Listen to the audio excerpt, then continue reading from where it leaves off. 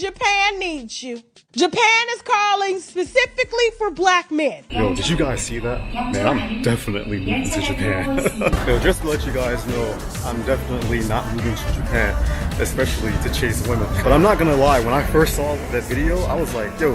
Japan is asking for black people, black men to come to the country and get the women pregnant? Like, that seems a little odd to me. But it took me a long time to put this video together because I was searching to exhaust as many possibilities that I could find empirical evidence. I found no information regarding Japan or the Japanese government wanting to bring African Americans or African migrants to the country to impregnate their women. And this is very dangerous for YouTubers to make videos about because you're spreading misinformation that people are going to believe. 通勤通学中の皆様おはようございます。プクタの世界時事ニュースのお時間です。さあ本日はですね、アメリカのとあるインフルエンサーの話題になります。現在ですね、アメリカのインフルエンサー、タシャ・ケイという人物が、日本が出生率の低下を懸念して、黒人男性に日本の女性と子供を持ってほしいと頼んでいる。このようなことを発信しているとして、これを見た日本の方が大変怒っているようなんですね。で、これに関してはですね、もう現在、デマをデマで叩いているというような、非常にカオスな状況となっておりますので、本日はこのあたりですね、状況を整理しつつ、実際には何が起こっているのかというのを詳しく見ていきたいと思います。この番組は海外のホットな時事ニュースをお届けします。通勤通学のお供にちょうどいいチャンネルとなっていますので、ぜひチャンネル登録お願いします。さあ、それでは本題です。こちらね、浜田聡議員見えていますね。今回ですね、こちらに見えております、この人物ですね、タシャ・ケイと言いますが、アメリカのインフルエンサーです。この人物がですね、日本が出生率の低下から黒人男性に日本人の女性と子供を作ってほしいと呼びかけている、このような話をしまして、日本人がですね、大変憤慨しているんですね。そして現在はですね、こちらにね、ありますが、浜田聡議員、朝栗でもね、活躍していただきましたが、この話題を取り上げているというような状況です。で、実はですね、この話題、取り扱ってくださいというリクエストをね、たくさんいただいていたんですが、僕とはですね、これ取り扱う気がなかったんですね。それについてはね、また後ほどお話しますが、扱う気がなかったんです。なんですが、今回ですね、日本の国会議員、これがですね、この話題に触れたということで、ちょっとね、状況が変わってきたなというように思いまして、一旦ですね、この状況というのを整理してみようかなと思いました。で、まずですね、本日の内容、ちょっとね、誤解なきを最初にお断りしておきますが、こういった話題を取り扱う、ネット記事や YouTuber さんですね、こういった方たちを批判するとか、そういった意図は一切ございません。あくまでもそれぞれの視点で発信をすればいいと思うし、そのモラル感やその内容自体が好きですよという人がそれを見ればいいと思ってるんですね。ですので、対というのは一切ありませんからね。なんですが、こちら見えております、浜田聡議員ですね。この方は日本の国会議員ですから、この方が触れた瞬間にね、その内容の細かい精査というのは必要になってくるんじゃないかなと思うんです。ですので本日はこちらの浜田聡議員、ちょうどね、こちらでも言っています。この件に関して皆様からのご意見を賜れればと思いますと、言ってくれておりますので、浜田聡議員、そしてこのチャンネルをご覧になっている皆さん、ね、このチャンネルの視聴者さんっていうのは、おそらくね、怒るにしても批判するにしても、なるべく正しい情報でそれをしたいと思ってるんじゃないかなと思いますので、この皆さんのために改めてね、今回の騒動というのを整理して、その上で正しく批判していこうじゃないかという趣旨の動画になっています。で、今回ですね、この内容ね、ざっとまとめてみたんですが、とても一本で収まるような内容じゃなかったんですね。実はですね、これ、テイク3です。もうね、まとまらないんですよ。情報があまりにも錯綜しすぎてて。ですので、今回に関しては、何が起こっているのかというのをまとめる、内容を整理するというのが前編。そして、このタシャ・ケイという人物の驚くべき素性ですね。これを後編にして2本に分けてお送りしたいと思います。で、さらに言うとですね、この他にもね、動画出しているようなんですが、もうちょっとね、そこまで取り扱えません。本日はこの浜田聡議員がね、ここで上げております、1本目の動画ですね。この内容について整理していきたいと思います。で、まずこちらがね、タシャ・ケイです。1982年3月10日にフロリダ州パナマシティで生まれたタシャ・ケイはジョージア州アトランタに転居しました。2015年8月に YouTube チャンネルを開設したことから始まり、ポップカルチャーの解説に重点を置いたソーシャルメディアとエンターテインメントの分野でキャリアをスタートしました。ということでこの方ね、2015年に YouTube チャンネルをね、開設したとありますが、これがですね、すごくって見てください。126万人チャンネル登録者がいるということで、数字だけはね、ものすごいことになっているんですよね。数字だけはね、ここがポイントなんですが。そしてね、こちらが TikTok アカウントになりますが、75万人のフォロワーがいるということで、こちらもすごいですね。でですね、インプレッション的に言いますと、このね、TikTok が主戦場なんじゃないかなと思います。で、これ以外にもですね、Facebook、Instagram、X ということで、ありとあらゆる SNS をやっておりまして、インフルエンサーというわけなんですね。そんな他社系なんですが、今年の5月にですね、皆さん、5月ですよ。5月にこんな動画を出すんですね。Black men!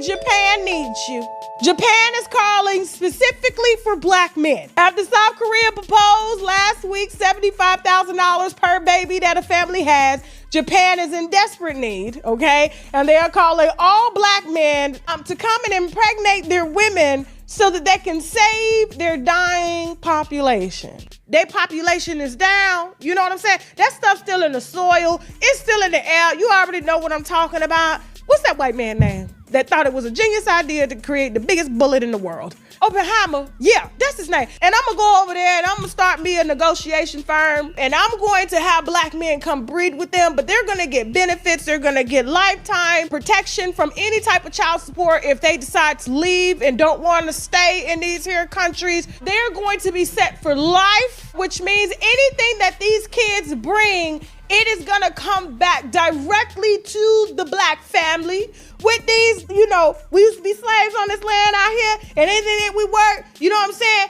They own and went back to their family. We gonna start sending it back to Africa, back to the black families. That's the type of contract I need if you need the sperm. はい、ということでね、この動画が今回の騒動の発端になっているものですね。で、これをね、ポストしているものなんですが、こちらに関してはね、はい、あります。5月13日に投稿されたものです。現在はですね、こちらね、見えておりますが、コミュニティノートついておりまして、この時点でね、このポストからの収益というのは止まるというような話を聞いたことがあるので、こういったやり方でいいんじゃないかなと思いますね。今のね、この他社経営にとっては、こういったやり方がね、一番効くので、これはね、詳しく後半で見ますが、とにかく虚偽の内容に対しては通報していくというのがいいんじゃないかなと思います。で、先ほど見ていただいた動画、概要をね、ちょっとまとめますと、大きくですね、4つのポイントがあります。まず1つ目が、韓国が子供を産む家族に7万5000ドルを提供するという提案をした。2つ目が、この韓国と同様に、日本も出生率の低下に悩んでいて、この日本が提案したのが、黒人男性に日本人女性と一緒になって、子供を作ってくださいというものだった。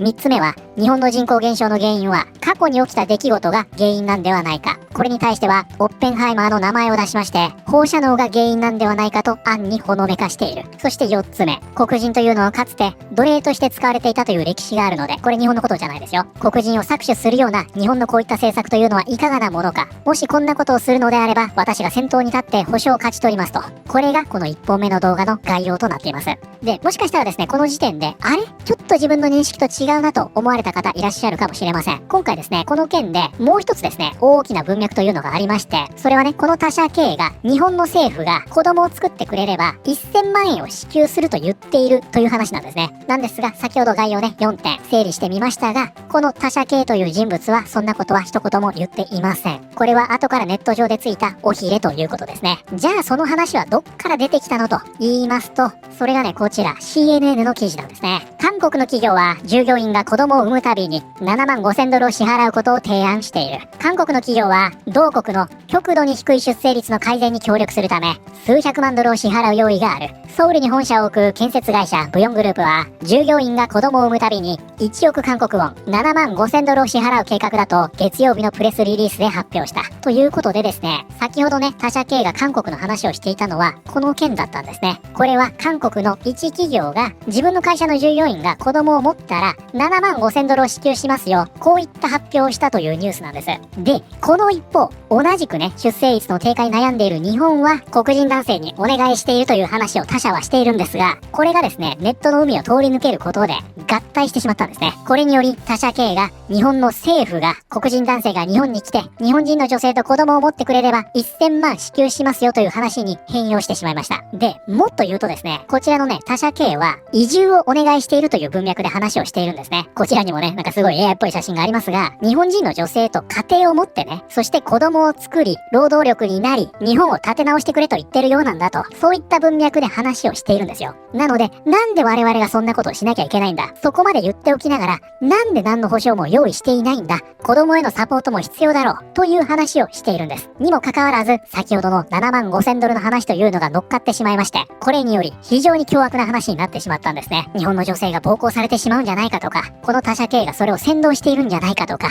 そういった話になってしまっているんですね。ですので、ここでね、ちょっと再度確認しておきますが、今回のこの動画というのは、他社系が日本がこうやって言っているから、みんなで日本に行ってくれと言っているわけではなくって、そういった日本の政策に対して、黒人をバカにするなと怒っているという動画というわけなんですね。そしてね、先ほども言いましたが、この動画というのはですね、こちら5月13日に出た動画で、もうね、3ヶ月以上前のものなんですね。そして時を同じくして、こちら3ヶ月前ですね、これに関連した動画というのがたくさんアップされます。なんですが、これ見ていただくとわかりますが、非常に低クオリティのですね、ほぼほぼ釣り動画となっています。要するにボット的な、AI が作ったような動画なんですね。で、これで内容を見るとわかります。これを受けての反応集になっているんですが、実際ですね、話題に関係した反応というのは、最初の1本2本だけで、あとはですね、全然関係ない動画というのが続きます。つまり、それっぽい動画というのを切り張りしてるだけなんですね。こういった動画ってたくさんあるでしょう。先ほども言いました、この他社系はですね、日本政府が7万5000ドルを支給するみたいな話は一切していないんですね。ですので、同じ英語で聞いているネイティブが、この動画を見てね、よっしゃ、7万5000ドル稼ぎに行くぞみたいな誤解をしようがないんですよ。だからこれに感化されてね、よし、俺日本に行くぜ、日本の女性と結ばれるんだという人間が出てきたとしても、そんな外国人はですね、この他社系以前からいくらでもいますから、もう渋谷六本木行ってください。たくさんいるんですよ。結局のところ、その男がね、日本人女性をナンパしに行ったところで、結局選択権というのは日本人の女性にあるわけですから、何も起こらないということです。そのほとんどがね、振られて終わるでしょう。それだけなんですね。ですからね、ここにね、7万5000ドルとか出てくるんですが、これはね、この時のホットワードを組み合わせてタイトルを作ってるだけだと思いますが、内容もサムネもそういうもんなんですね。そしてですね、こちら、高安カミューさん、ミジンコマサさんですかね。6月14日、こんなポストをするんですね。変なデマが世界を駆け巡っている模様。日本政府は黒人男性に女性を妊娠させるよう要請。ということで、最初の他社系のポストからちょうど1ヶ月後ですね、6月14日、先ほど見ていただきました、こちらありますね。どうしようもない YouTube のね、動画のサムネイルを用いまして、こちらミジンコマサさん、この話というのを日本で拡散するんですね。しかし、この時点ではですね、見ていただくとわかりますが、7万5000ドルという話出てきていません。おそらくこれがですね、日本に上陸した、かなりね、初期なんじゃないかなと思います。一番最初かはわかりませんが、この近辺に上陸したんじゃないかなと思います。するとですね、なんと同日、6月14日ですよ。こんなポストが投下されるんですね。この件、ガーナファクトチェックセンターがデマだと叩いてくれました。他社と名乗る女性が、日本政府と韓国政府が黒人男性に自国で女性と子作りして子供を産むことを推奨し、7万5000ドル、1170万円くらいを払っていると主張する動画を TikTok にアップ。これが火元で YouTube や X などのソーシャルメディアプラットフォームで拡散。ということで、もうすでにね、皆さんわかるかと思いますが、ここですね。他社が日本政府と韓国政府が自国で子供を作ってくれれば7万5000ドル支払うという動画をアップしていると。もうね、こういっためちゃくちゃな話に変容してしまってるんですね。これ6月14日の出来事です。もうすでにこの時点で日本ではこのようになってしまったんですね。問題なのはね、これなんですよ。ガーナファクトチェックセンター。それがね、こちらになるんですが、主にですね、SNS のファクトチェックをしているメディアのようですね。そしてですね、いきなりこれなんですよ。他社と名乗る女性が、日本と韓国の政府が黒人男性に自国で子供を産むことを推奨していると主張する TikTok の動画が YouTube や X などのソーシャルメディアプラットフォームで拡散している。つまり先ほどの方が言っていたのはこれだったんですね。このファクトチェックをするというガーナファクトが自分をね、ファクトチェックできてないんですよ。ここでいきなりね、デマを撒き散らすんですね。これもう一度言いますよ。他社系は韓国政府が黒人男性に自国で子供を産むことを推奨しているなんてことは一言も言っていません。これは言っていないことを例に挙げて、これに対してのファクトチェックをしてるんですよ。で、この後にですね、これすべてファクトチェックしておりますので、最終的には韓国の話というのは、とある企業の話なんですよ。日本政府というのはそんなものを呼びかけていませんよというところに落ち着くんですが、先ほどのミスリードと伝言ゲームによりですね、もうすでにこれを見た人が、他社が日本政府と韓国政府が黒人男性を呼び寄せていて、それに対し7万5000ドルを払うという話になってしまってるんですね。で、ちょっとね、これ覚えておいてくださいね。これ6月なんですが、この時点ではですね、そこまでバズらなかったんですね。そしてついに来ましたよ。こちらね、8月の出来事です。この話題がですね、再浮上するんですね。悪質デマ動画が YouTube、TikTok、X で世界中に拡散中。日本政府、日本女性と黒人男性との結婚を推奨。日本女性を妊娠させたら、日本政府から7万5000ドル、約1170万円もらえる。ということでですね、皆さん気づきましたか？はい、先ほどの方ですね、こちらのガーナファクトを見て勘違いをした、この方が言っていた、この部分が2ヶ月の時を経て、これを掘り返してきたネット記事の見出しになり、そして今回のこの騒動がスタートしたというわけなんですね。先ほども言いましたが、他社系が出した動画というのは5月でした。これはですね、非常に流れの速い SNS の世界で、遠の昔に風化していたんですね。ボットのようなね、低クオリティの動画というのも、この5月に投下されているんですが、ほんとそれだけだったんですよ。それがですね、こちら8月になりまして、6月の方のポストと相まって、これがですね、世界中に拡散中と、さも最新の話題で、とんでもない炎上しているというようにされたんですね。そしてここですね、7万5000ドルがもらえるというようにですね、森に盛られた内容となっておりまして、ここまで盛ればね、インプレッションを集めたんでしょうね。今回の騒動に繋がっていったというわけなんですね。そしてですね、こちら現在ね、浜田聡議員がこれを取り上げるというような状況になっておりますが、やっぱりですね、こちらリプランを見ますと、こちらね、先ほどのガーナファクトとかありますが、このね、他社系がデマを撒き散らしているというのは、これね、本当なんですよ。